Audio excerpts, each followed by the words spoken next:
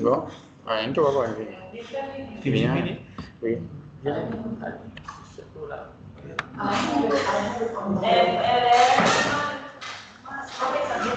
Solo battre chose. Ah, exactement. Merci. As a PDF. Oui. This one to share as well. Oui. Oui. Après, il y a PDF. Oui. Yeah. Mau awalnya lah. Awalnya.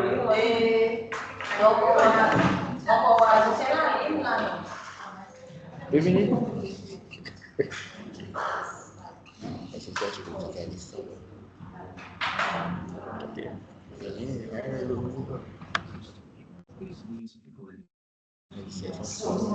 Share screen aku share screen apa yang mau basic saja. Gimana cara saya PowerPoint atau saya mau banyak kuasa, banyak kuasa Tudo que não é do PowerPoint, PDF. PDF, non pas PowerPoint, PDF, juste PDF. Aussi, pour tout le bien avancé, PDF. PowerPoint est capable de Pour l'analyse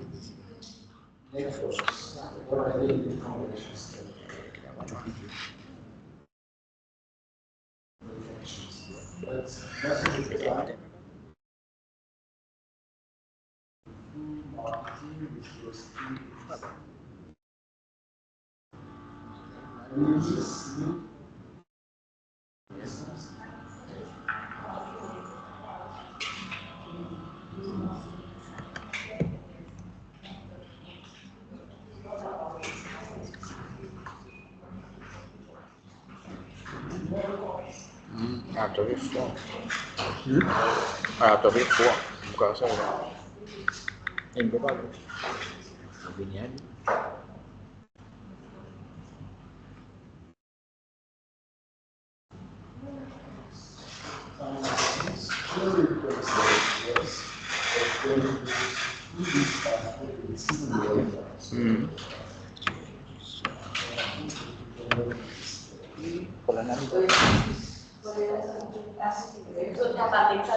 Full screen low.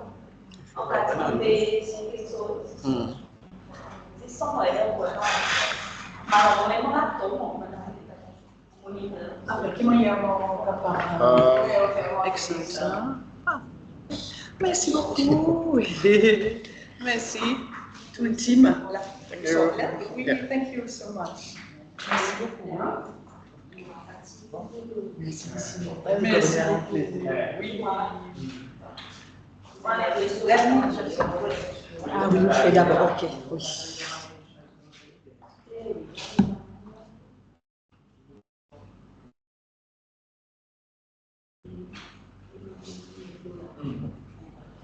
Okay, so good afternoon, everyone. Welcome to this week's research seminar.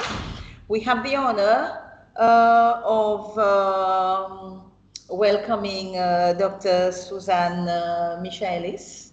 And we are very grateful that she's actually here physically to do her presentation. Quite a lot of our overseas associates are normally not here when they are doing their presentation. We see them online, but we are quite happy that you are physically here to do it.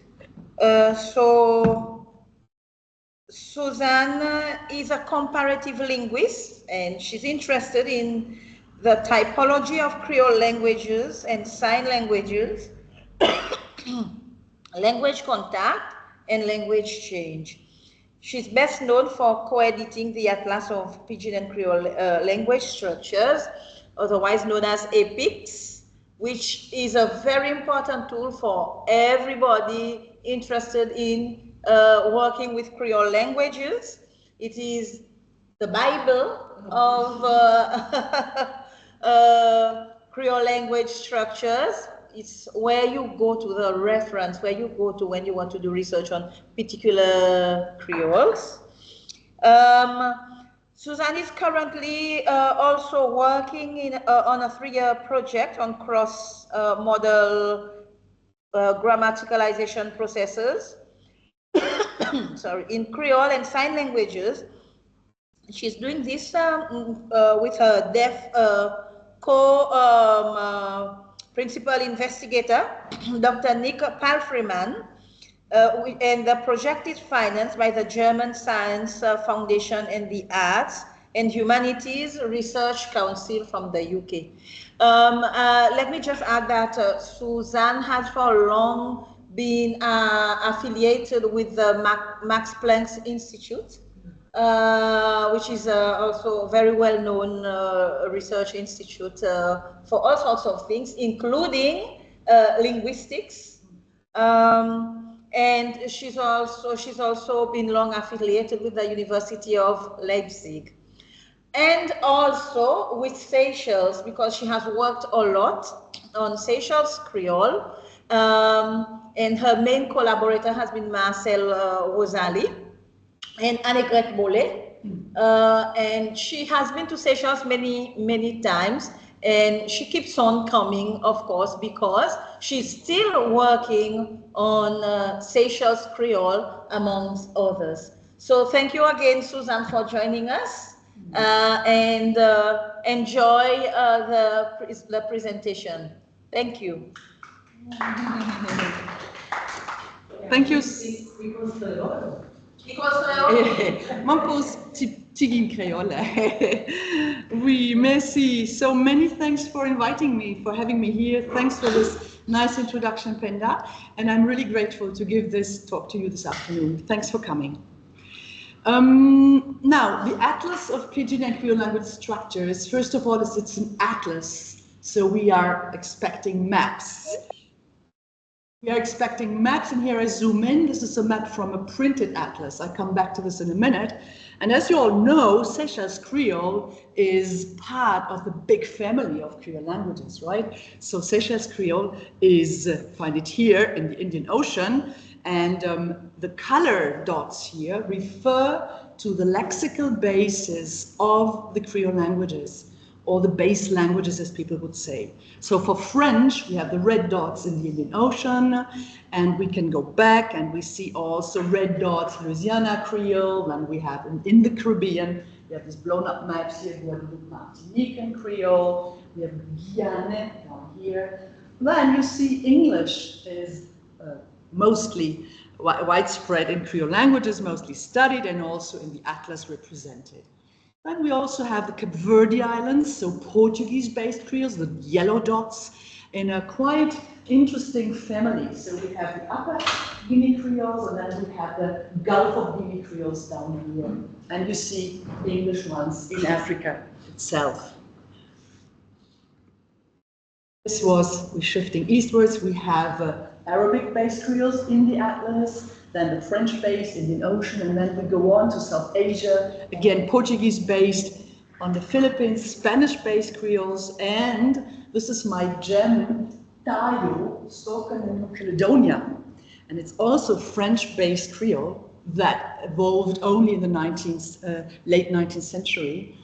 You may have heard about it because there are quite riots these days because of political difficulties with the French overseas government.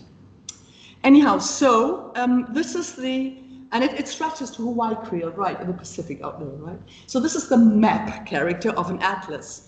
But the atlas, now we should get rid of the upper part, sorry, I didn't think anyhow. The atlas also presents not only where you find a Creole language, but the atlas looks at structural features in the given set of Creoles. So here, what you can't read is the order of cardinal, numeral, and noun. So is the order in a language, do I say, when I want to say 3 children, Do I put the 3 in front of the verb, so numeral precedes the noun? This is all the yellow dots. Or do I put it afterwards? There are languages that say children 3, so you put the cardinal numeral after the noun, so all the pink dots here. And you clearly see Seychelles Creole has yellow with most of the Creole languages. There are some in Africa because African languages have postposition of the numeral. So this is the kind of things that we look at in the atlas. Quite abstract features, positional features here, but also other features. We may come to others later on. Now, these are the 4 editors of the atlas. So myself, then we have Philip Maura, specialist of Portuguese-based fields. He has taken taken his retirement already. Martin Haspelmath, a worldwide known typologist, and Magnus Huber, specialist of English-based Creoles. And all of that we did with Oxford University Press, and we first did a printed atlas. But now I first come to our consortium people, because it's not only the 4 of us who could have done this great work. We relied on language specialists, on hello, welcome, on a worldwide set of 90 international experts on contact languages. And we call them the APiCS consortium. So, for instance, Enoch Abo, some of you may know, he's worked a lot on Creole languages, Angela Bartens, Hubert Devenish, and so forth. Now, what is the method of the whole endeavor? It's a collaborative work, as I already said. The editors, so the 4 of us, developed a questionnaire regarding these structure features. The APiCS consortium members, the language experts, filled it in, this questionnaire, and sent it back to us. And then started a quite complex and carefully editing processes in looking at the data, what they put in, checking whether they really understood our questions, and then sending things back, and then asking them again, is it that what you meant? Because they also sent us examples, and we wanted to be sure that the questions that we raised were well understood. And it's such a big group of people, 90 people, it is difficult, and this was the first thing, to make make ourselves understood. Hello, thank you for coming, and to be clear about the question. So, for instance, the cardinal numeral noun, so that people were clear what is a cardinal numeral, right? And stuff like this. Okay. Then the editors worked with a brilliant copy editor of Oxford University Press. I don't know, this is a dying species these days, right? You get things published like this, you have to do all the work. And if there are faults in it, you know, never mind. But here, Oxford University Press did such a great job. We sent in the stuff, and he checked everything, and he asked us back. And I don't know whether you have the printed atlas at the university, maybe not, because it's very expensive. But the books are so beautifully done. I mean, this is once in a life that I published with Oxford University Press, and it's so beautiful to see them. And well done, and without many faults, I hope. So, and then data-based specialists, certainly, and also web application specialists. I call this kind of research expert-based typology. So we rely on the experts, and we bring things together, and we as editors then, together with the expert, publish the book or the work. So this is the printed atlas, and it has 130 maps, a bit like you saw for the cardinal numeral and noun. The position of the cardinal numeral versus noun, or with respect to the noun. So 130 structure features, also phonological features, in 76 contact languages. So not only Creoles, but many, many Creoles in there. Each feature, so like the numeral cardinal position of the number, 3 books or books 3, is dealt with on 4 pages. 2 pages where we describe the phenomenon and what it looks like in the different Creole languages, and then we have a 2-page chapter text and a map. Let's see, this is, for instance, now order of adjective and nouns, chapter 3, and you see always the APiCS consortium always is part of the article, so it's not just only an editor, Magnus Huber, but also always with the APiCS consortium people. And we see a very nicely done two-column text. And then we have a map with this. You don't have to look now at the map exactly, but this is the style that it's on. Plus, we have 3 survey volumes. So these are survey chapters, and they give a precise, concise outline of the structures and historical and socio-historical profiles of every contact language. So these are 864 pages, written by the APiCS consortium members. So this is written by the experts. All of these chapters are now available online, and I'll give you the website in a minute. So here, for instance, we have the chapter Jamaican. You can't see it because of the black thing in the top. It's Jamaican by Joseph Farquharson. And this is how the chapters look like. They're very concise. So if you want to know something about Belizean Creole, or Seychelles Creole, or Jamaican, or Tok-Pisin, or Tayo, you go there, you get this short map, you get a map where the language is spoken, then you get a very short, little, what do you call it, a little map, or not map, what is it? I don't know, chart where you get the number of the speakers, the major lexifiers. So this is the blue dot, the colored dots that refer to these languages is English here. Then you have, first it starts with autoglossonyms. How do people call their own language? Patois. They call it patois, right? Even though it's an English-based Creole, they call it Jamaican patois. He calls it just Jamaican because he said, I want to get rid of Creole.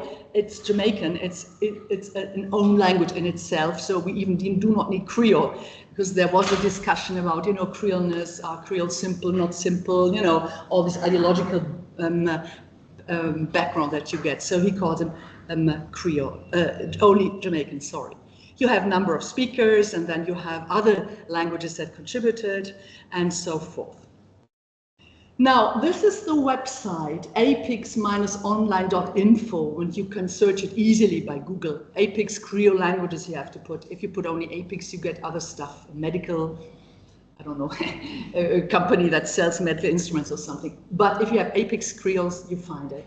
It's for free. It's there for you to go and have a look at it. So this APiCS online website contains the entire database, because the atlas and the survey volumes only have, you can display only, little of what is in the database behind.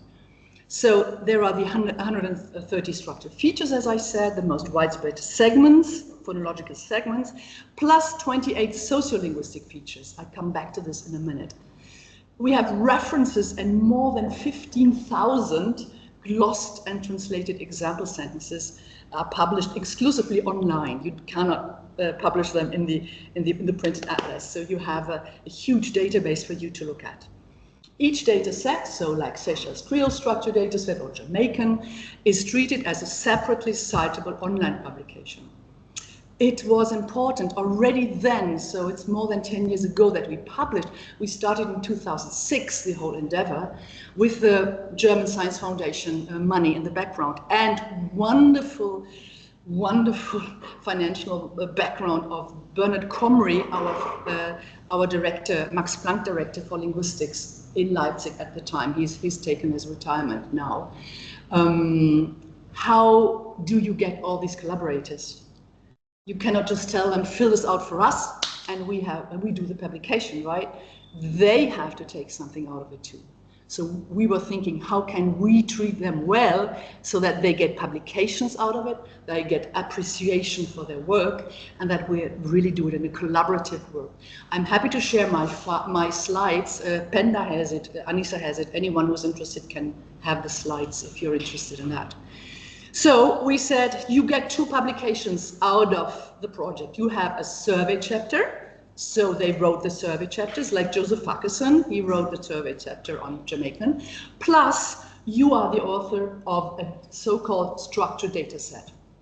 And we look at this further in more detail. So that is the overall website. Again, you have the colored dots, and if you go in languages, with the colors referring to the lexical basis of the given Creole language. Now, we have 76 APiCS, I call them contact languages, out of which 59 are Creole languages, so like Seychelles Creole, the Jamaican, Haitian Creole, or Tayo. Then we have 9 Pidgins, like Chinese Pidgin, English, Fanakalo. You cannot really do a lot with this. These are languages that are not mother tongues to anyone. They are makeshift, let's say, languages that have systems, but they are used in trade situations or other specific situations of daily life. Then we have 3 partially restructured languages and 5 mixed languages. But I put these in the background, and we will concentrate on the Creoles today. As I said, we have 23 English-based Creoles, so the vast majority of our Creoles is, or the vast majority, but nearly half of it is English-based. So we have to pay attention when we generalize that we have this in mind, right? That we have a lot of English languages. Next to come are the Portuguese, 14 Portuguese-based ones. So for the Romance languages, and then come French, right? 9 French ones. Then we have 2 Arabic-based, 2 Bantu-based, 1 Malay, and 1 other. So less of these, but still it's important to have a look at them when you want to know, for instance, something about what Creoles could look like in general, right? If we only concentrate on English, we may miss things out. Or only at the 9 French Creoles, which I have put here. You can search if you go under languages, and then it opens this window. You can type in whatever SAY, and you get Seychelles Creole. But you also can have under lexifier, you can just search for French, and then you get the French Creoles here, which I've displayed on this map. And as I already said, it's very nicely displayed in different parts of the world. So we have Caribbean ones, we have Indian Ocean ones, and we have a Pacific one with Tayo. And I come to this later on. We have a nice mix, and it's always French, right? Colonial, whatever, non-standard French of the time of colonization.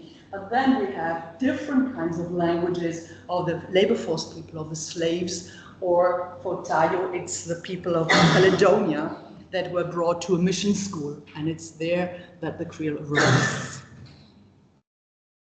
Now, the next button on this top line are features. Now, I said 130 structural features. You could already see some ordering. We had order of cardinal and noun, but this is the first, is the classical one, subject, object, verb. So do you say, he, yes, sorry, I've got a little something coming, okay.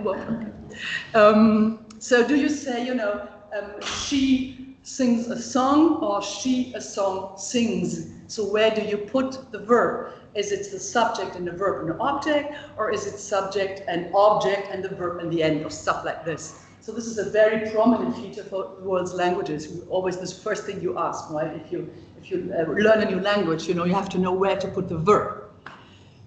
Now, there are lots of other features. I just took this one here, position of standard negation. So where do you put your negation marker? We know for French it's quite complicated, right?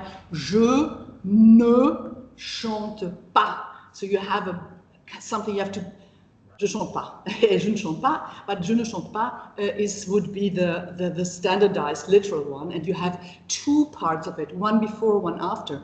Quite complicated, right? Why do you need this? Actually, it's strange worldwide to see. French is very strange in this respect. So Creole, so there's a short description, and then you have Creole. Most Creole languages have it before the verb, like Seychelles Creole, Zach, Patiment, Ze, Jacques, and then the negation part, the pa, and we have a T, a past marker, and then eat, the verb. So it's pre-post. There are some, there's the blue dots after the verb, and then we have specific other parts, bipartite, exactly what French has. Some Creoles have that too. And what you see is also that you have pie charts, right? We allow for more constructions, because sometimes in a subordinate clause or with some pronouns, you may get different negation patterns. Okay, Now come the survey chapters. You remember these were the 3 nice books that we had that give this overview of a given language. And here we also have them online. So if you don't have the money to buy the books, you go just online and get the same information here under surveys. So here is the survey chapter for Seychelles Creole that Marcel, Rosalie and myself wrote. And we have always the same kind of structure for every of the 76 languages, so that if you go to chapter 6, you always will have the verb phrase and so forth. It's concise, it's not very, it's like 7,000–8,000 words. It's not a lot, but it gives you a first, step into the language, and we have references, so you can from there extrapolate or work yourself through the language. We give a sociohistorical background, and here we have the chapter for Mauritian Creole. I was looking for Philip Baker's photo last week. Penda mentioned Philip Baker in a different context, but this is the Bille, and they did Mauritian Creole. We also have little glossed text and audio files for some languages, so that you get an impression. What do they hear like now? What do they sound, right? What do the languages sound? Because it's often interesting to see it's English based, but then you say, oh, really? You cannot really hear English, but you hear the intonational patterns often of the languages that the people spoke that learned English at some point in the creolization process. Then we have our dear late Annegret Bollet, who worked on Reunion Creole. She did the chapter on Reunion, working beautifully on a corpus of Reunion Creole. Then we have our dear friend Jeff, who worked on Pidgin Hindustani. This is a Pidgin language spoken on Fiji. He is he knows him as a specialist Hawaii Creole, but there was another person doing Hawaii Creole, so he did this language. Okay, then we have, even more, 18,000. I wrote 15,000, 18,000 examples. What can you do with all these examples? I mean, you say, oh, so many examples. Well, you can search, first of all, different columns here. We call that a primary text. That means this is the text, how the example is, taken out of a newspaper, out of a transcript, out of a conte Creole. This is like this. Then often we can analyze it. If things are, put together, pronounced together, and you want to say, oh, these are actually 2 words, you can go here and put them a bit, make it clearer. Then we have glosses, where you have translations into English, but also you give information about, first singular, grammatical items, determinants. So if you're interested in, in negation markers, you just put an neg, neg in here, and you get all examples with negations for all the languages, for instance. Or you can filter, you can say, oh, I only want the Seychelles Creole negated sentences. So you put Seychelles there, neg here. Or you're interested in any translation, you put it here. Or you're interested in any type. We have different types of stuff, right? Sometimes we have written newspapers or dictionary entries. That's very different from naturalistic spoken data, right? So we put it in here, naturalistic spoken. You will say, oh, I'm interested in naturalistic spoken data. I'm not interested in any written stuff. Or I want to compare both of them, right? You can do this. It's a huge database. Here's one example from Seychelles, naturalistic spoken, and what you get in the first line, you get the example, and then you get this alignment that you get, the information. Nous here is a first plural marker, right? Nous, but gris, nous, café. The nous, the second nous, is not a subject marker. It's a possessive marker, first plural and stuff like this. So you can play around with this if you're interested in possessive markers or whatever. Then we have some sociolinguistic features.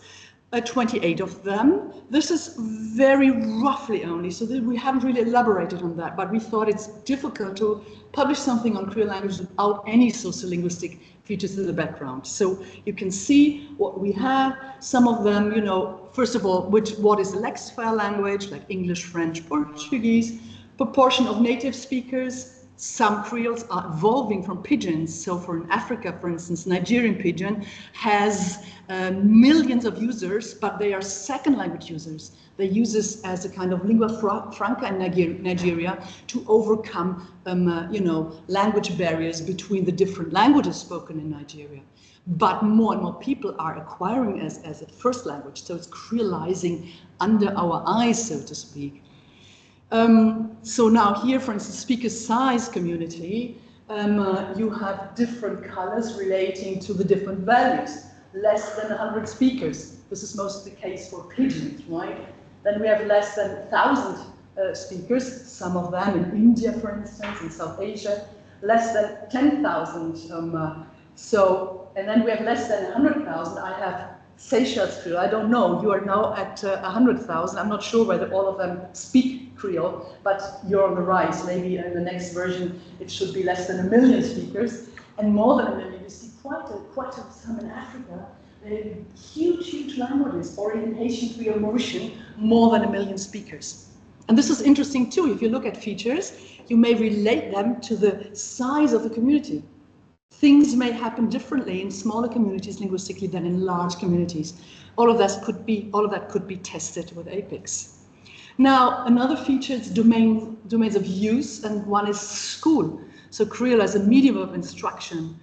It may seem natural for you guys in Seychelles that you use it as a means of instruction, but this is not the case in so many other countries. Creole is still looked down upon, and you know, people would say, no way, you know, you don't teach it at school, this kind of corrupted language or whatever. So people are still in quite a few countries, they don't want Creole to be part of the medium of instruction. So Seychelles has it, Mauritian, I had Nigerian, Trinidad, Haitian, Nicaraguan, so the widespread one. Limited one is still 30, quite a bit, and then absent in many, but these are also Pidgins. So here the numbers refer to all the languages in the atlas, not only to the Creoles. But still, it's interesting, one could also relate this feature with structural features, right? Okay, now we have a feature that's a bit complicated because we have a WALS APiCS match. So what is WALS?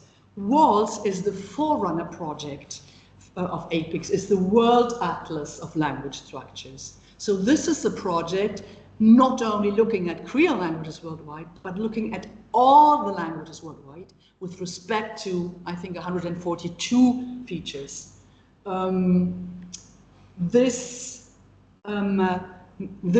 The methodology here is different because it gathers 55 so-called typologists. So these are people that study one phenomenon. We have one feature here. For instance, how do you express this part of the body and this part of the body? Do you use the same word to express this? Or do you use two different words, hand and arm? Or like in Jamaican, hand means all up till here. So they don't make a difference. Both, hand means hand and arm. And this is the case for all the yellow languages worldwide. And it's a vast, it's nearly, well, not half, but you see, it's many languages of the world just use one word to refer to this physical part here. They don't make any difference, whereas English makes the difference. So what is beautiful about this map, I mean, there are like 600 languages worldwide, and you see clusters, right? Africa has lots of identical marking, some red marking here, but lots of identical marking. And then Europe, Western Europe, has every language here has the differentiation. Or, Australia nearly has the differentiation, or Southeast Asia, the Southeast Islands. So it's interesting, some parts are clustering, and it's not, it could be one red, one yellow, one red, one yellow, one red, one yellow. This is not the case. So these languages influence each other. Maybe they arose from the same mother language, like Latin, for instance, or Indo-European as such, Western European. But still, you can use this WALS, this World Atlas, also to study languages worldwide. Now for Creoles, we have, in our APiCS, we have the possibility to confront the world situation with the Creole situation. Now, Jamaican, I said, has yellow dot han, Seychelles does the differentiation, right? You have two different words to refer to these two different parts. Okay, so there's the possibility to look at 48 features that have been taken over from the World Atlas of Language Structures into APiCS so that we can compare Creoles to the rest of the world's languages. That was one main aim. Often people said, well, Creoles are very different from the world's languages because they are very young, because they arose in very quick process of language change, because, I don't know, other reasons. So here you can test it. You can look for, in 48 features, what do Creoles do and what do the world's languages do, right? Okay, so how to make best use of APiCS. APiCS is a rich resource for linguists and lay people alike. So lay people may go and just get information about their Creole language or the next neighbor languages, like, oh, you know, Reunion Creole, is it very different? Let's have a look, you know, and then you read the text. I mean, there's some more technical. Yes, there is some linguistic jargon if you want, but still I think they are quite well written and you get a nice impression about a Creole language as first information of a Creole language. So it can give information on specific contact languages. So as I said, the survey articles, but also you can get a total grammatical profile. So all 130 features, you can have a look. How does my Creole, you know, react to these questions? And so I've put Haitian Creole here, for instance. So you see, for every of the 130 features, you get the answer, so to speak. What does Haitian Creole does? Yes, it has subject, verb, object. Yes, it has prepositions. Yes, the relative clause follows the noun. Yes, you know, definite article is postponed. It's put after the noun, which is not what we find, for instance, in Seychelles Creole. So you get a kind of profile here, if you wish. Then it enables a comparative analysis. We had last week the beautiful comparative analysis that Penda showed us with her Conte Creole. And so here you have a database where you also can compare, if you wish. What can you compare? You can say, for instance, oh, French-based Creoles. What is the possible range of variation in French-based Creoles?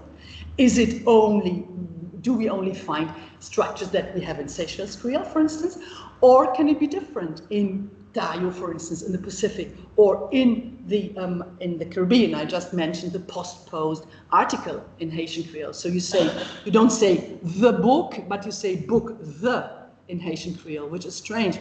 In Seychelles, you could say sa livre la, maybe too, and in Mauritius you have the circumpositional thing, sa livre la, but you don't have only livre la, and that would be the construction in Haiti, right, in Haitian Creole. It's different from Seychelles, and Tayo is very different, I tell you. If you want to have a look at Tayo, it has oceanic languages that gave rise to this contact variety, and it looks very different. So, sorry. Creole languages and their base on lexifier and substrate languages, exactly what is the role of the French colonial, you know, source, and what did the labor force languages contribute, right? This is a question that I've been working my whole life, to be honest. So Creoles are special in the sense that they have a parent set of languages. They have the base or lexifier languages of the colonists and the substrate languages of the slaves or indentured laborers. And both of these sources give rise to the Creoles via innovative processes, and I would say, this is very rough, that the lexifiers contribute the words. So it looks very French, right? Also your Creole, if you look at it, it looks French. The words can be traced back to French. The word order, that we had 3 books, you know, all of that is taken over from French, but then substantial parts of grammar come from the other source, and we'll look at 2 examples in a minute. Now, Penda mentioned it, Creole languages and sign languages. So I can use the data to confront them, to look at sign languages and can say, is it really true? People say that Creoles and sign languages have a lot in common because they are new languages, quite new languages, like Creole like 500 years old, maybe Cape Verdean, the oldest Creoles. And compared to other spoken languages, they are young in the sense. And sign languages are certainly, but some of them are really young, like not even 100 years old, as much as we can trace them. So do they have similar grammatical features? This is the project that I'm right now working on. And then we can look at Creole languages and non-Creole languages worldwide, as I told you, with the walls, with this world atlas in the background, and then see, how do Creoles play out. What I would like to do is take up two features that I presented 5 years ago when I came, and I bring them up today because I think it's nicely to show what I can do with the atlas, even though I only look at one language today, and it will be two features. The one is called experiencer. Sentences like, I have a headache, mon la tête me fait mal. Where you would have in French, j'ai mal à la tête. And when you see the Creole construction, my head is aching, and j'ai mal à la tête, it looks very different, right? For the construction. First of all, you say something with your head, and then something is about your head, it's aching. But then in the French one, you say, I have something on my head, right? It's a difficult conception, the construal is different. When you compare with the African substrate, the East African one, which are relevant, Swahili, we had it last week also for the Conte Creole, you find constructions exactly that mirror the Creole one. It's the translation. My head is aching. They say this in Swahili. They don't say I have a headache, but my head is aching. And same is true for motion to, motion from. But I start with the first one for you to see what's happening. So experiencer constructions are situations like, for instance, involving headache. Can be also, I'm sad. Everything that there is a sensation. I experience something as a human being. We have three participants. We have the one who experiences the pain. So she, in the example, she has a headache. We have a sensation itself, so ache or some pain. And then we have potentially a body part with this is related, right? It's here the head. And now the question for us was, the one that we had on this construction, which of the three participants is coded in the subject position, in the first position of a sentence? She has a headache, she is the subject, has is a verb, and headache is some kind of object. It's actually very strangely constructed in English and also in French, because actually you don't have something is actually happening to you, but this is expressed in English and French like this. In Creole, it's differently expressed. So, mon la tête me fait mal, I have a headache. The body part is in the subject, right? It's my head about which something is predicted. It hurts. French has it differently. It's this experiencer itself. It's j'ai mal à la tête. So the one who has it is put first, and then is the verb have, and then some pain, and then wear à la tête. 3, ma tête me fait mal is not good French. So the Seychelles Creole construction is not French-based, right?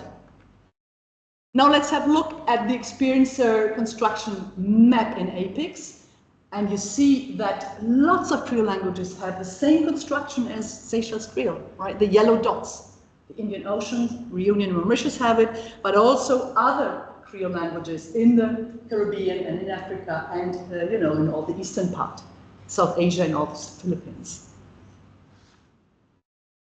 This map, I don't have to explain it to you. We had it last week with Penda. We certainly have to look at East Africa and Madagascar as sources for structures in Seychelles Creole, because the creators of this Creole came from these regions. Now, if we check African substrate languages for Seychelles Creole, we find very similar constructions, like in 4 from Swahili. I have a headache, literally, head is aching me, right? Exactly what we, not exactly what we find. It's not my head is aching, but it's the head is in the first position, in the subject position. And I would claim that the sociohistorical experience reconstruction clearly reflects this African pattern, even though the Creole words come from French, and it looks very French, right? If you have mon la tête me fait mal, it looks like French, right? But it's not French. It reflects the African pattern that is underneath. But it's difficult to get at this couche, because it's so abstract, right? Okay, next feature, and then I'm done with the second one here. It is when you say I go somewhere and I come from somewhere. This struck me when I learned Creole, that you say mon al don bazar, mon sorti don bazar. With the same preposition. In French, it's clearly different, right? You have to say Teresa est allée au marché, à le au marché. And then you can't say Teresa est sortie au marché. You have to say elle est sortie du marché, de le. So you have a is the preposition to go somewhere, and de to come from somewhere. But you cannot use the same preposition, don. C'est quoi, don? No, you want to have a difference here. And I was always, yeah, Creole, how can they don't make a difference between going to, coming from. And then, very early on, this is my first feature that I studied in a more global perspective. Then I looked at African languages. And then I saw they do it this way. They have exactly one preposition, and this preposition does not refer to, we call it path, the direction you're going or you're coming. It's just a local region. It's just, dans bazar means it's in bazar. C'est tout ce que tu veux dire, in the bazaar, in the market. And whether you come from or not, you have to put it in the verb. And the verb will then give you the information, which makes a lot of sense. It's much more economical, right? You put in the verb, and then this is what it does. So here we go. This is Seychelles drill. You all know one preposition for both going to, coming from, and French. And I actually, Penda didn't mention it, but Sibylle Kriegel, my colleague, and we are working on a comparative grammar of Creole, Seychelles Creole, French and English for the mastery, the trilingual master that was, wonderfully introduced in this university. And this has to be made public worldwide. I mean, this is a real big success. Penda and also Anissa, you were involved. So this is really great news. And we want to help students and teachers to master the challenges that you have as a Creolophone to learn English and French. And this is one feature. English and French have different prepositions according to the directions of, going to, coming from. So this is one feature we will treat in our grammar. Now let's have a look at Swahili again. And what you find is exactly what you get in Creole. It has the same preposition. It is somehow differently constructed. It's postponed at the end of the where you go. He went to the sea. It's from the New Testament. Jesus went to the sea. And you say, he go see in. In 9, he went to the sea. And then in 10, you have a voice came from heaven. A voice come from the verb, and then in heaven, come in heaven. So you have to interpret the direction from the verb. In both situations, you have an in preposition, right? It's the same preposition. So also here, I would say, motion to, motion from looks very French. All the words are French. Aller, don, and bazar, everything is French. But in the end, it reflects a pattern, an underlying pattern that is not French, that is African inspired. Okay, my conclusions. APiCS is a rich resource for linguists and lay people alike. APiCS offers insights into specific contact languages, Creole or Creole languages worldwide. It provides systematic comparative data on a large number of Creole languages. And this data is structural data, so it's quite abstract information. But for lay people, something like hand and arm, or the number stuff, 3 houses, 3, all the surveys can be very interesting. One can use APiCS to trace lexifier and substrate features in Creole languages, also relying on the comparison or comparability with the World Atlas of Language Structures. One can combine structure features and sociolinguistic data from APiCS, and one can use it in teaching. I haven't even touched here. I mean, most of my colleagues that are that teach at universities say that they've been using this over the years, and that students are very much into it, looking at data, comparing the data, finding it interesting to work with the database. You can download all the data for free. You can make so many other things, and I just put ... So yes, thank you very much for your attention. So, questions? It's very informative. No doubt about that. So much of information, so much of it. I mean, one slide captured my mind. It's because of my country. I saw Sri Lanka and Malay, and Malay is a small community in Sri Lanka. I don't know. Yeah, I'm from the majority community from Sinhalese, but there was a connection when it came to the colonial part. These ships used to bring slaves from Pidgin, and there is a small place in Colombo which is now a hub, like super hub called Slave Island. Slave Island. All right. So I was just wondering, you were mentioning about Creole, and even Malays came from Malay, Indonesia. Yes. Did they speak the language Creole or Malay? I don't know, right? Yes. You're the expert. Malay. So because they were brought by the Britishers in the colonial rule. Yes. And they named that place called Slave Island. Today it's demolished, and today you'll see 70-story buildings. But it's very, I remember as a school boy, like it was an ordinary place when I stayed. But I didn't know about this Creole connection or the Malay connection much. Yes. Showed me that Yes. There is maybe you can enlighten. Yeah. So there is a Sri Lanka Malay variety, which is Maybe kind of mixed language. People are not really clear whether it's a Creole or a mixed language. But then there is a Sri Lanka Portuguese language.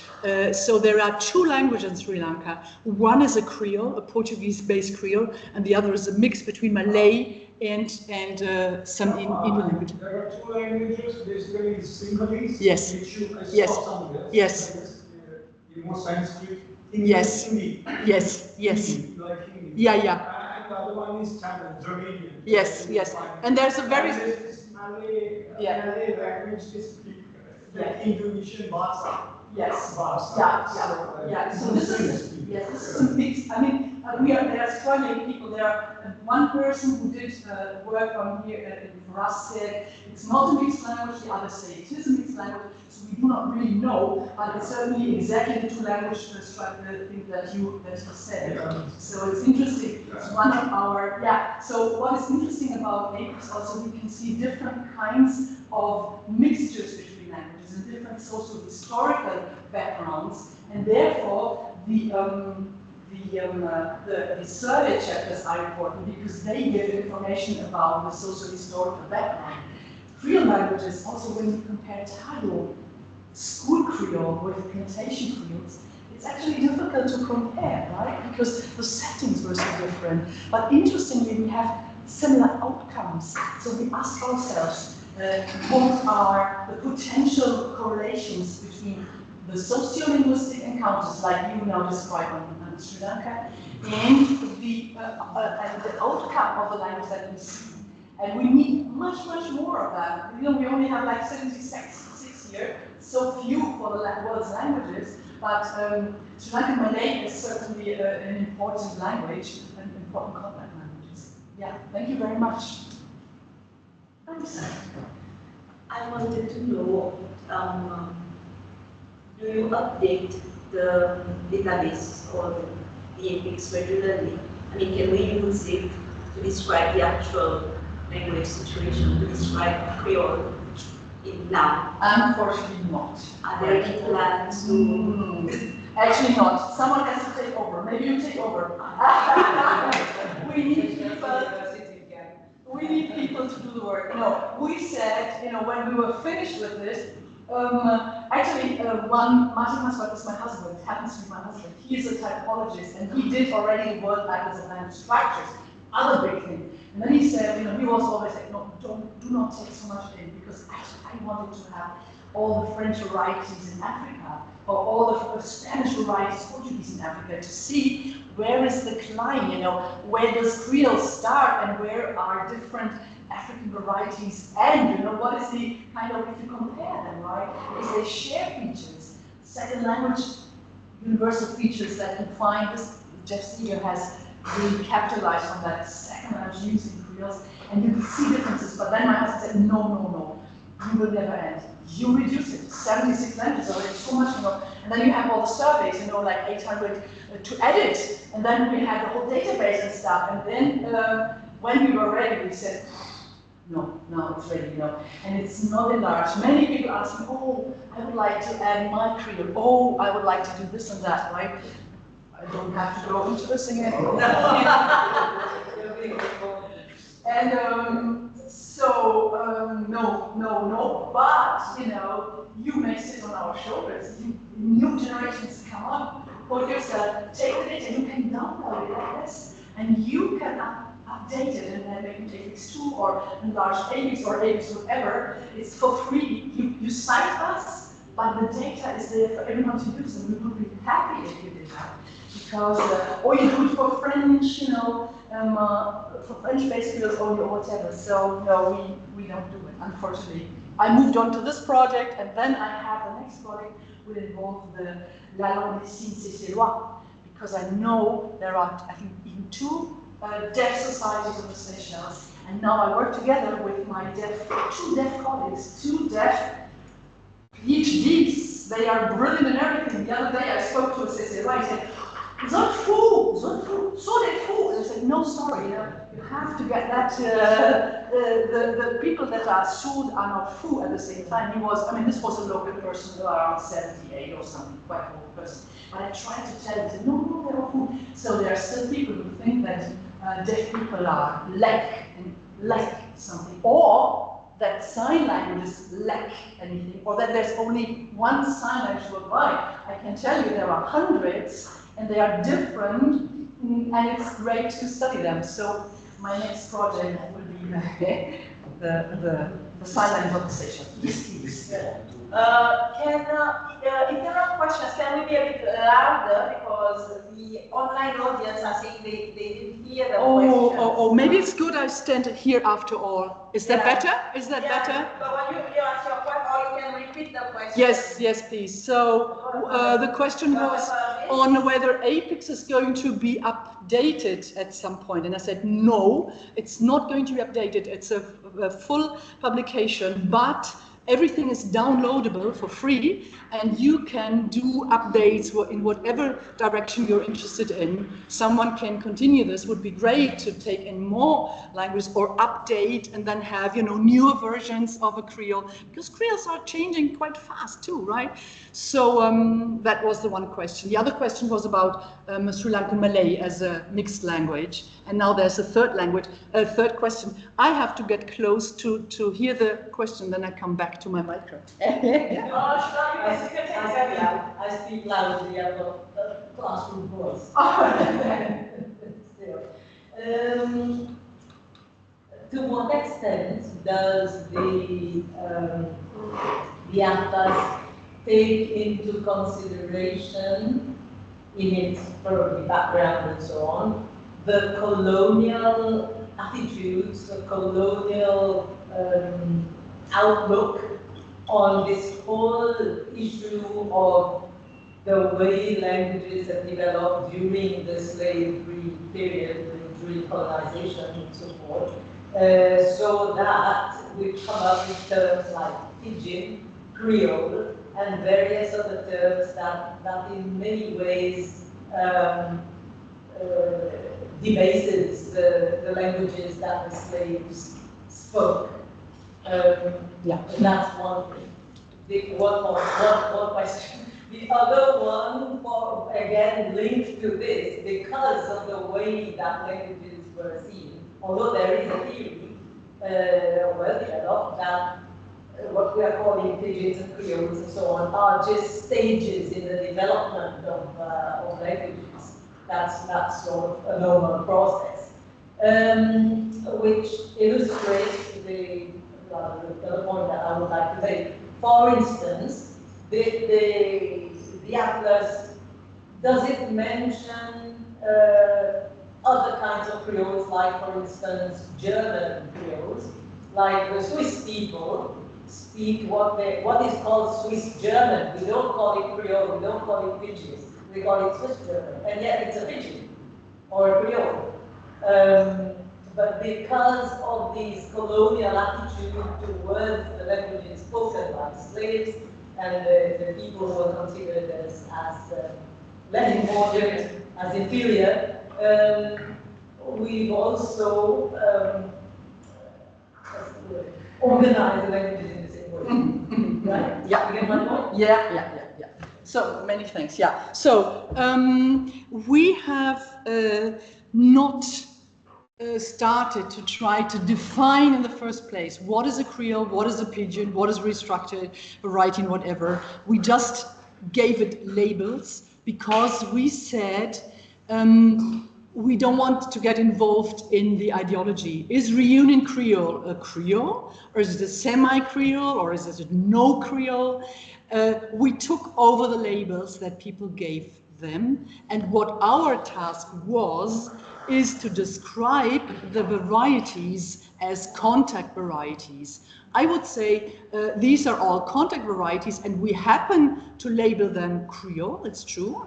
Also against the discussions of Salikoku Mufwene, maybe you refer to Mufwene, or to Enoch Abo, or Michel de Graaf, or others who say it's actually a colonial invention, this label that we put on these languages, and if people were not black, we wouldn't call it a Creole, right? So, as my example of Swiss German. Yes. And all sorts of other Creoles in European countries. Yes, so a Creole, I would still hold, I'm not sure whether Swiss German in my terminology would be a Creole. I would hold that for a Creole to happen, you need a quite abrupt language contact, let's say over 200-300 years or whatever, of a small minority being in power over a large labor force community, and that labor force community is forced to acquire to some extent the dominant social language. And you're right, for Swiss, German is the social dominant language that people acquired, but I'm not sure whether I would call this a Creole, but we could debate. I am not at all defending the label. You know, what I'm interested, actually, I'm not interested in the ideology behind. And I always defend ourselves. I say, okay, we had lots of Creole speakers in our APiCS consortium people, right? I work with Marcel, Joseph Ackerson is a Creole speaker himself, Hubert Devenish is himself, Enoch Abo comes from Africa. So we have lots of people in the team that have colonist background, let's put it like this, right? So I feel always in defense. I am interested in the varieties of language that come out of language contact. You may not, we could also call the atlas, in the end we could have called it Atlas of Contact Languages. And you know, we called it APiCS because it's such a nice acronym in the end, right? But I don't stick to it at all. And I would say, I take in Swiss German, I take in Portuguese, Angolan Portuguese, I take in whatever, Cameroon French.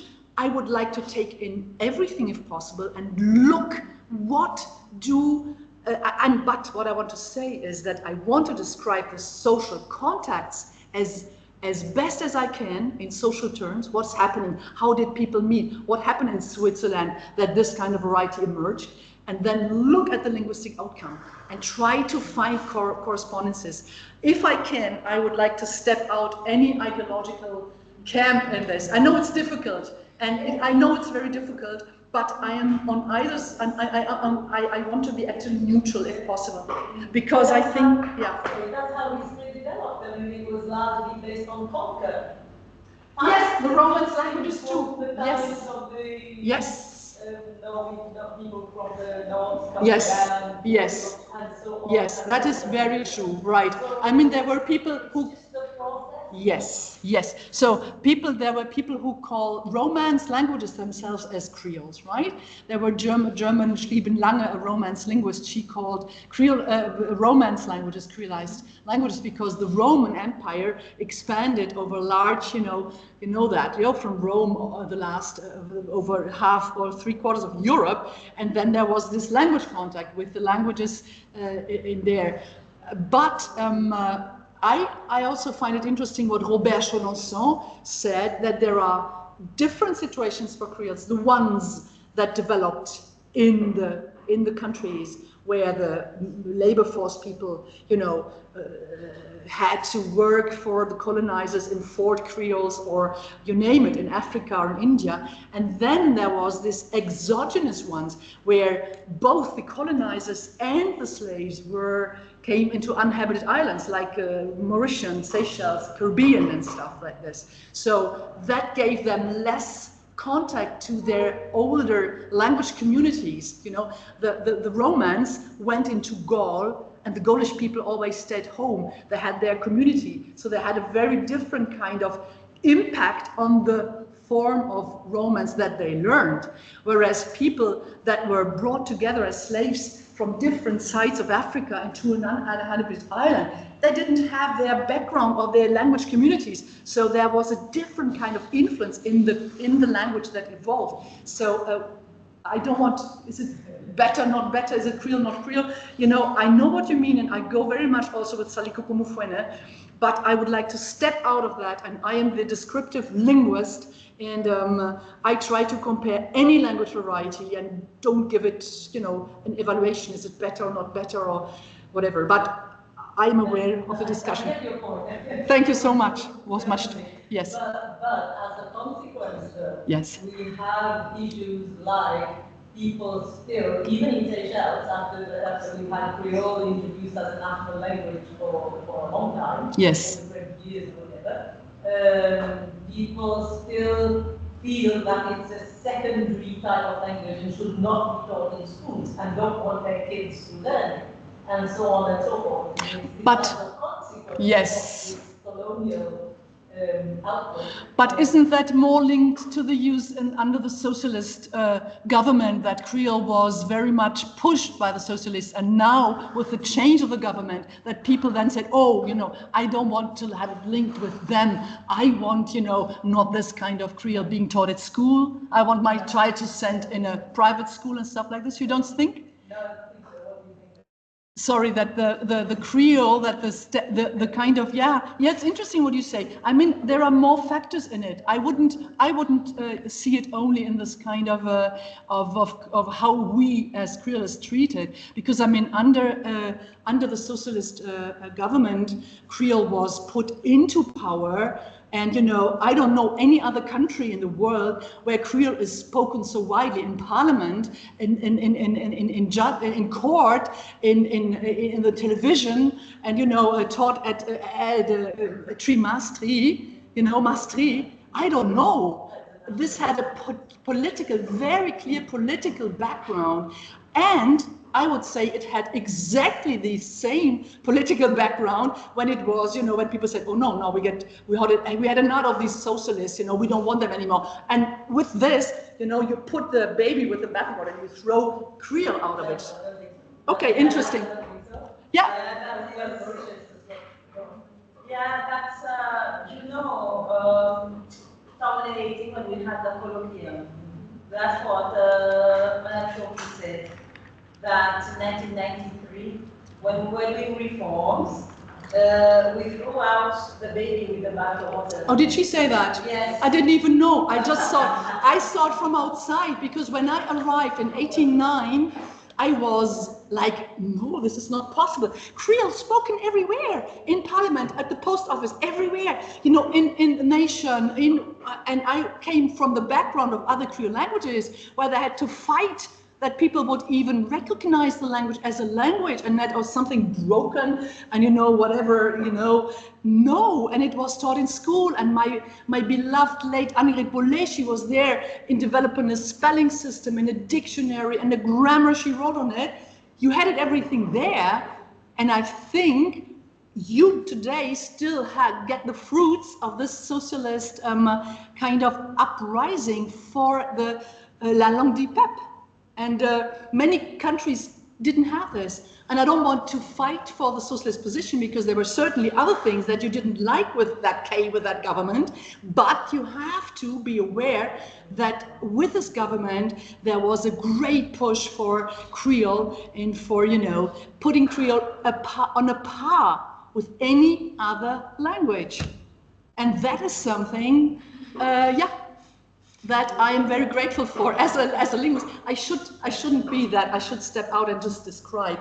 But I remember this feeling that I had when I came. You know, my other Creolists, they were struggling with whatever in the Caribbean. You know, with Guadeloupe, Martinique. You know, being still French these days. I mean, Reunion Island. Yes, my friend lives there. I shouldn't say anything, but it's outrageous for me. How can that be still French? Yeah, and Seychelles moved on. Yes. Yeah. So we should stay. I mean, it's difficult, right, to stay out of politics when you do science. And I try my best, but you know, sometimes I don't know if you can see. There's a question from the floor online. If you don't see that, I'll try. Yeah, please, yeah. Explain. She's saying that from the slide, with your example about Teresa. She's saying that we do not use dumb in this sense. Either we don't or we know the words.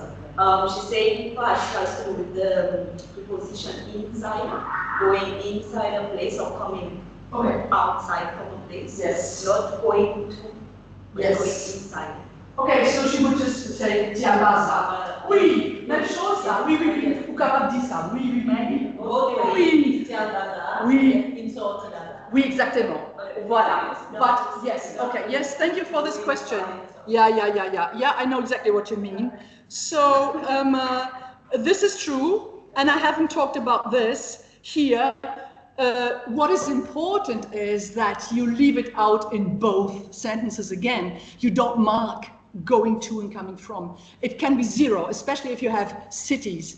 M'en sorti l'Allemagne, mon a l'Allemagne, tantôt mon allemand retourne l'Allemagne. So I don't put any preposition, especially in names of countries. Victoria, mon al Victoria, mon sorti Victoria, in names of whatever. Yes, and Baza can be this too. Yeah, forêt. You would say no forêt. You would say d'Ambois.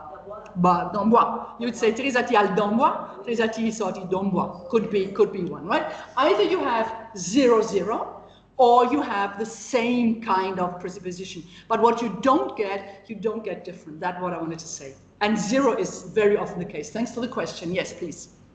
There was one question, yes, and I come that I can hear better. If it were Creole, I would just say.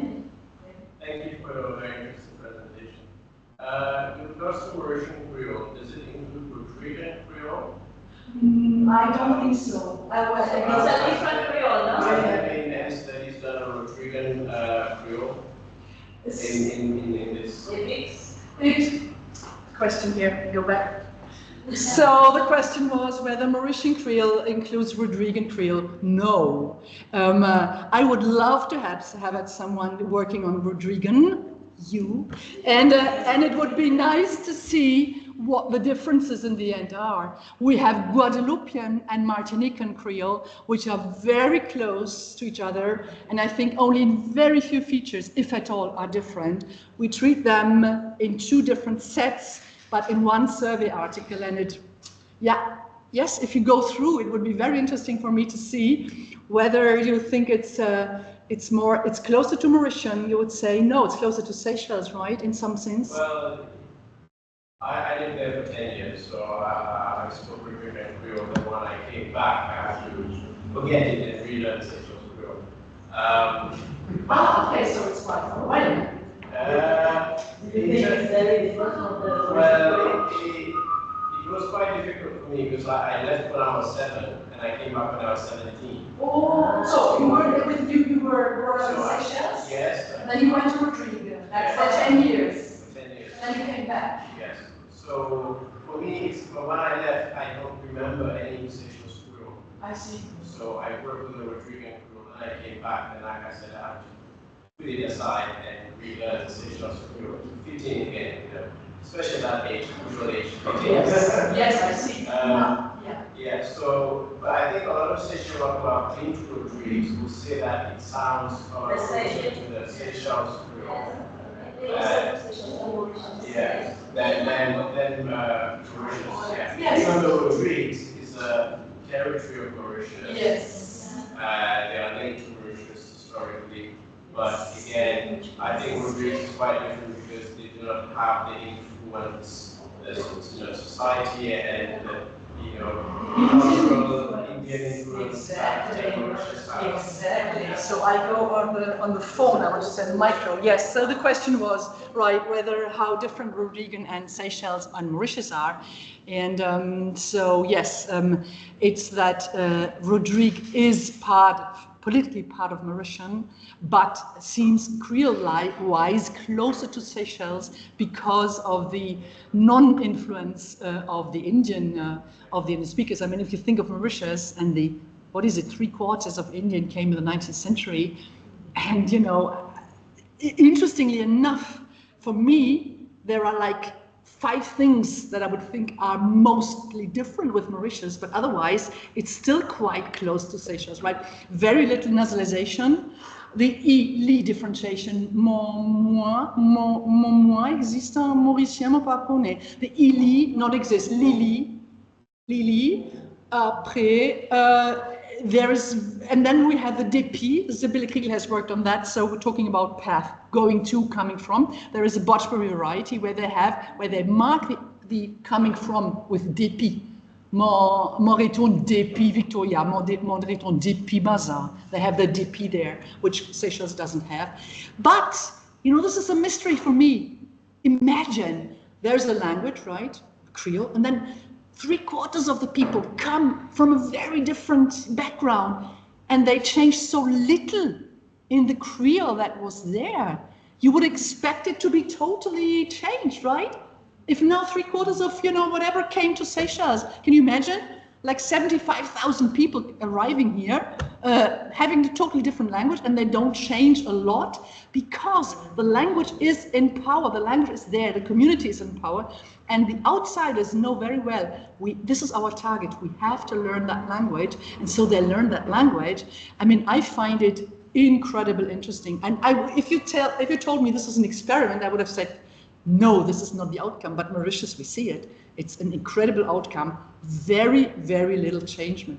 So, but still it would be interesting to see the differences there between Rodrigue and, maybe Rodrigue has antiquated or older phenomenon than Seychelles, that it is a smaller community, but they have lots of Mauritian going there back and forth. So eventually it may become more like Mauritian in that way too. Maybe less nasalization on Rodrigue too, right? About half of the population of Seychelles, roughly. Yes. Right now. Very small, 50,000. Okay, yes. Wow, very interesting. So if you work on that, happy to see your results. Any other questions from the internet or from you guys? Please. Oh yeah, Christine. I would just like to say a very big thank you, and that's very from the heart for you, for the team that you work with, your consortium, for the amount of work that has been done on this project, which has allowed, scholars like myself and others, and practitioners, etc., to have a very comprehensive tool with in-depth data, cross-sectional data, ease of use, ability to cross, to typological ease, etc. So it has made my life very, very simple. I don't know what my life would be without APiCS. I'm not joking. So I'm not sure if you realize, and you could also convey that to Martin, Pascal, that there are people whose lives have been there's been a lot of ease of being able to do research, to be able to understand concepts that otherwise would be very difficult. We see things in a very narrow lens. At least this way, I can have a look at different data sets, wide data sets, and home in. And then there's also, we talked about the substrate influence, but there's been a lot of discussion in linguistics over universals and what constitutes, not necessarily just the Pidgin universals, but the other universals that can also match with the substrate, that can also play along, with the substrate theories. But all of that, when you are looking at the data set, it makes more sense. You're able to comment on something. So thank you so much on behalf of all the people who use the database, and I just wanted you to know that all that work and all that effort has been fruitful. Thank you so much. This is well taken. Thank you so much. Maybe it's a very nice end of my talk. This will be nice, yes. And to put Creoles on the world's stage also, there are languages like other languages, to compare them with other languages. Yeah, please, another question. I'm not in that field, but what I'm amazed in Seychelles is the Creole Academy with the dictionary. Is it something that is transversal to other countries where Creole is spoken, or do they work on their linguistic aspects of the Creole, or do they just leave it like this? And no, there are now, this is a complex question. We have already these 90 people that apparently worked on the Creoles in their languages, in their countries, but the situation in Seychelles is special because of the political decisions taken like 40 years ago. In many other countries, the colonial habit is still there, that this variety, this spoken variety, is not worth being taught at school, not worth being looked at in dictionary-wise, grammar-wise. So people are fighting for this. They're getting at them. There is this kind of Bible translation stuff that goes on, whether you like it or not. There's also kind of colonization if you want to, but still they translate it into the local languages. And I think with this push, often it became, a quite of standardization maybe of a writing system, or that people were aware, wow, you can express the Bible in the Creole language. Yes, sure you can, right? But many people, and as you said, were brought up with this, like the dialects in my country.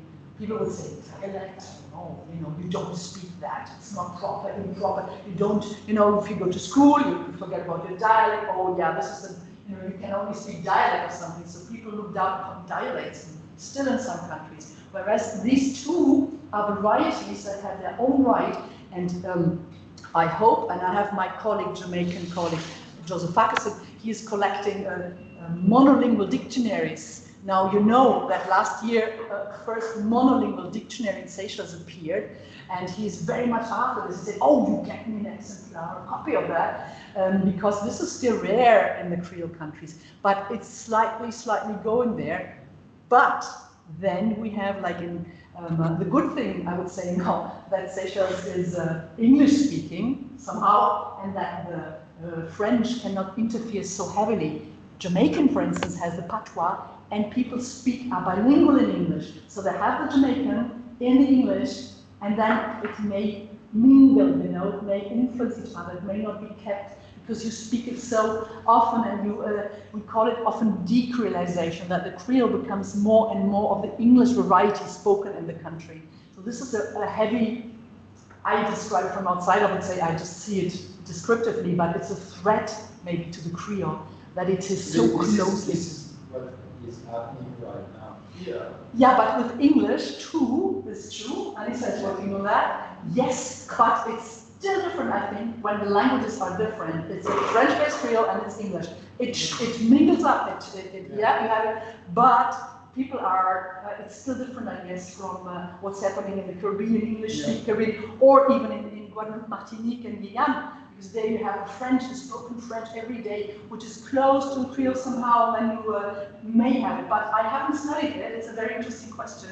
But I hope that Creole is on the rise in many, many other countries. But Seychelles is leading, and now with the trimestre, with the trilingual master, you have put the, what is it, pole jump? Yeah, there was a Swedish guy, and he jumped over 6 meters 25, well, the Olympics in Paris. You put the bar high, right? So there was another question. Yeah, it's a bit related. I'm not an expert, so I was quite concerned. Through your study, do you see any trace of extinction with regards to some Creole languages?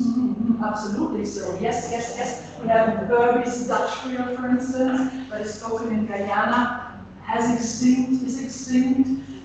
We saw, now Pidgin, Chinese Pidgin English, that got extinct when the market wasn't anymore there. The sociolinguistic context, if they go away, for pigeons die out, so to speak, but they're not mother tongues, so we could say it's less of a cultural loss, to be honest, right? Even though for us linguists it's interesting to see. But you're right, many Creoles are under threat. Now I have a colleague, a brilliant linguist who is specialist of English-based Creoles of West Africa. And what he says, Creoles can be also a threat for other indigenous languages, the other way around. Nigerian Pidgin is getting, as I said, it has like 150 million speakers because it's a lingua franca. It's used, to overcome different language problems within the different languages of Nigeria. And more kids learn it as a first language, so it's creolized. We say Creoles, the definition is that it's getting it's the first language of a generation. So it expands with all structures that you need for language that describes any needs in your daily life, whatever you have a headache or you are sick or whatever. And there, Nigerian Pidgin goes and lets these indigenous languages die. So now a Creole is a threat for indigenous languages. That may happen too. So it's not because it's a Creole, it's good or whatever. Sorry, you disagree? Yes, in a way, that it's so dangerous. It is normal in human processes for people to be able to communicate, because in Nigeria there used to be different groups in isolated places. Now they come together, they have to find a common language, and so but it's a threat to indigenous language. We are deploring the loss of indigenous language worldwide, and that I have to say that also Creole languages can be in that situation, that they are also one of these overarching languages that make indigenous languages die. It's just a neutral way of looking at it. I don't say it's good or bad, but as such, we consider human diversity and cultural diversity as a positive thing. In this way, Creoles can also, be detrimental in the sense, if you see it that is.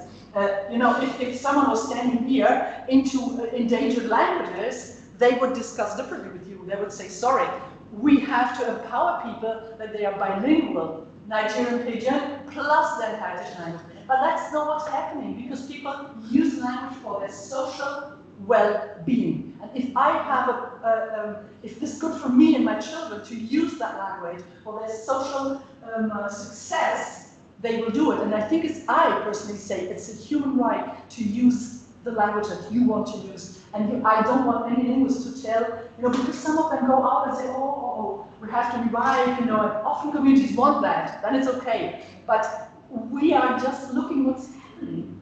We shouldn't say, oh, it's good or bad. Please revive that language. Oh no, your crew wants you to lose your language. Yeah, they do it. They use Nigerian Pidgin because they want to go to another place, or they want to have education, or they want to get, whatever. Who are we to tell them what they should use or not use? But this is a big discussion, a bit like the Creole discussion, ideologically difficult. Now time's up, right? Yeah, thank you. So I just wanted to second Christine. I say thank you to Susanne for and your team for this gift of APiCS, because otherwise we have to quote Bickerton, Chaudanson, Moufouenet, and the rest. And I think APiCS is one of the latest that we can rely on.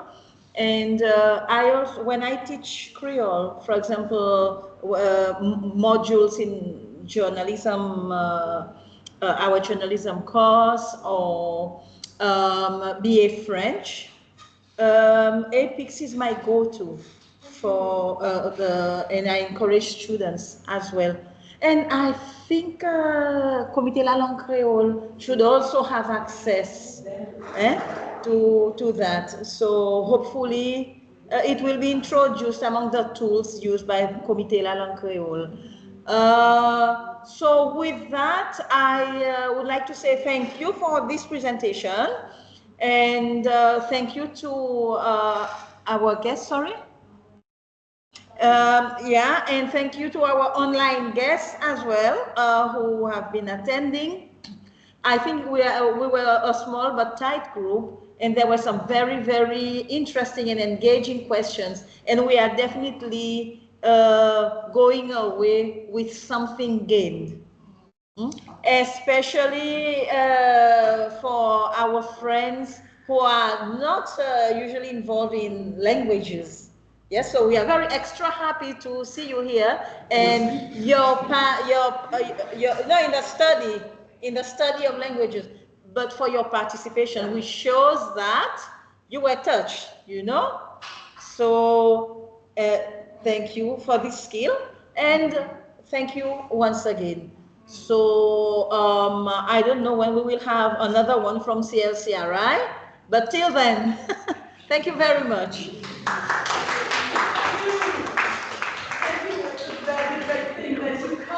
Once a week or maybe once a month, also from other topics. This is great to hear, because this is not what happens back home. So I think you're very innovative in the sense that you meet intellectually and you're open, to sit down and get information on a different topic.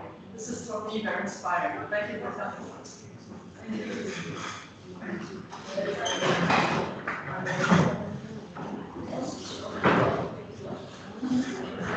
Yeah.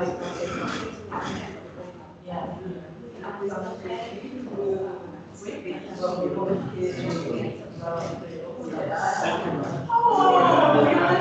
Till next time. Happy that you came. I said, because maybe only very late come. I said, I don't care. If I told free, it's nice to discuss. Yeah. Yes, I'm about to leave. Yes.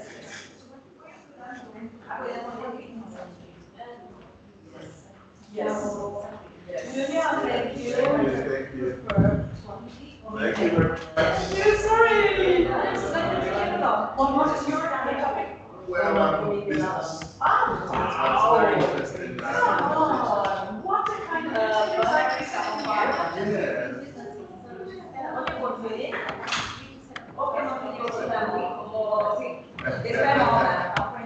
Wow. Thank you so much for coming. Because it is for me, I don't want to sit down because you have so many